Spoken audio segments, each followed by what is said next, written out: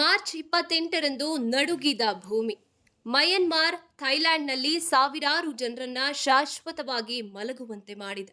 ಮಯನ್ಮಾರ್ನ ಮಾಂಡಲೆ ಈ ಭೂಕಂಪದ ಕೇಂದ್ರ ಬಿಂದುವಾಗಿತ್ತು.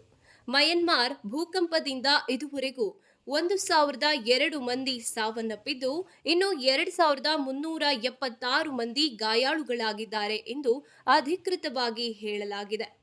ಮಯನ್ಮಾರ್ನಲ್ಲಿ ಸಂಭವಿಸಿದ ಭೂಕಂಪದ ವೇಳೆ ಸ್ಥಳೀಯರು ಮನೆಯಿಂದ ಹೊರಗೆ ಓಡಿ ಬಂದಿದ್ದು, ಅನೇಕ ಭಯಾನಕ ದೃಶ್ಯಗಳನ್ನು ಸೆರೆ ಹಿಡಿದಿದ್ದಾರೆ. ನೋಡೋದಕ್ಕೆ ಒಂದೊಂದು ದೃಶ್ಯವೂ ಎದೆ ಜಲ್ಲೆನಿಸುವಂತಿದೆ. ಥೈಲ್ಯಾಂಡ್ನ ಗಗನಚುಂಬಿ ಕಟ್ಟಡದ ಮೇಲಿದ್ದ ಸ್ವಿಮ್ಮಿಂಗ್ ಪೂಲ್ ನೀರು ಕೆಳಗೆ ಬಿದ್ದಿದೆ.